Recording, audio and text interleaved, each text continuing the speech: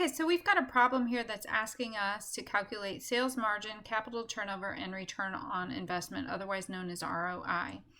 And we're given information here for Racer Chemical Corporation. It says they have 3 divisions: the functional ingredients, consumer markets, and performance materials divisions. And they are providing us with the operating income, assets, and sales revenue.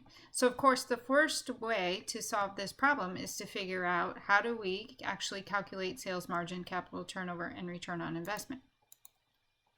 Well, if you remember when we went through the video lecture that the sales margin here is equal to operating income divided by sales. So that can easily be formulated or calculated. And capital turnover is equal to sales divided by total assets. So we've got sales and we've got assets, so we'll do that. And then ROI is just equal to that sales margin times the capital turnover. So if we go ahead and look at the functional ingredients, we can see that in order to calculate sales margin, they took $5,720, which was our operating income, and divided it by the sales number of 22,000. So we got 26% as the sales margin. Capital turnover, you can see here, is 22,000, which is sales revenue, divided by assets of 10,000 or 2.2. And the ROI, again, we could calculate that by taking the 26% times the 2.2, that's 57.2. And we just repeat that for the next 2 divisions.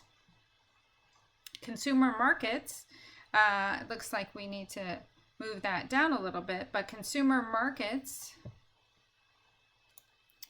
there we go, that's a little better. Consumer markets sales margin, operating income of $26.75 divided by sales revenue here of $21,400 gives you 12.5%. Capital turnover, again, sales divided by total assets, sales of $21,400 divided by total assets of $10,700 is 2, and the ROI for consumer markets is 25%. And then we do that one more time here for the performance materials. And we get their sales margin at 26%, capital turnover at 1, and their total ROI, or return on investment, at 26%. So actually we can compare all 3 companies here. So we can see absolutely that functional ingredients has the much higher return on investment given their margin and capital turnover ratio. And then secondly, performance markets would be second best.